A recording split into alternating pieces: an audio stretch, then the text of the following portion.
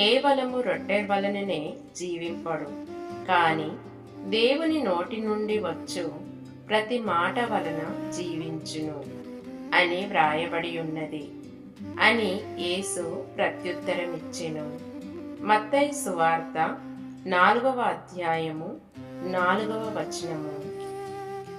మనము కళ్ళు మూసుకొని ఈ దీవెనకరమైన వాక్యమును మన జీవితానికి అన్వయించుకుంటూ ఈ వాక్యమును ఉచ్చరించుదాం.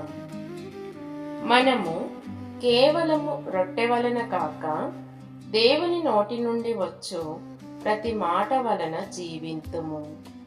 మనము కేవలము రొట్టె వలన కాక దేవుని నోటి నుండి వచ్చు ప్రతి మాట వలన జీవింతుము.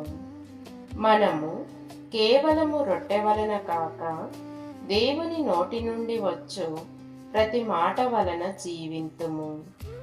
మనము కేవలము రొట్టె వలన కాక దేవుని నోటి నుండి వచ్చు ప్రతి మాట వలన జీవింతుము.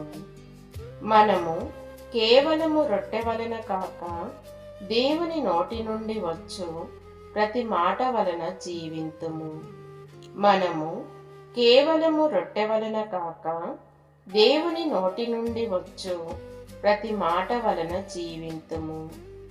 మనము కేవలము రొట్టె వలన కాక దేవుని నోటి నుండి వచ్చు ప్రతి మాట వలన జీవింతుము. మనము కేవలము రొట్టె వలన కాక దేవుని నోటి నుండి వచ్చు ప్రతి మాట వలన జీవింతుము.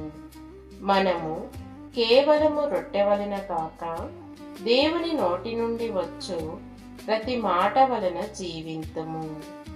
మనము కేవలము రొట్టె వలన కాక దేవుని నోటి నుండి వచ్చు ప్రతి మాట వలన జీవింతుము. ఆమేన్.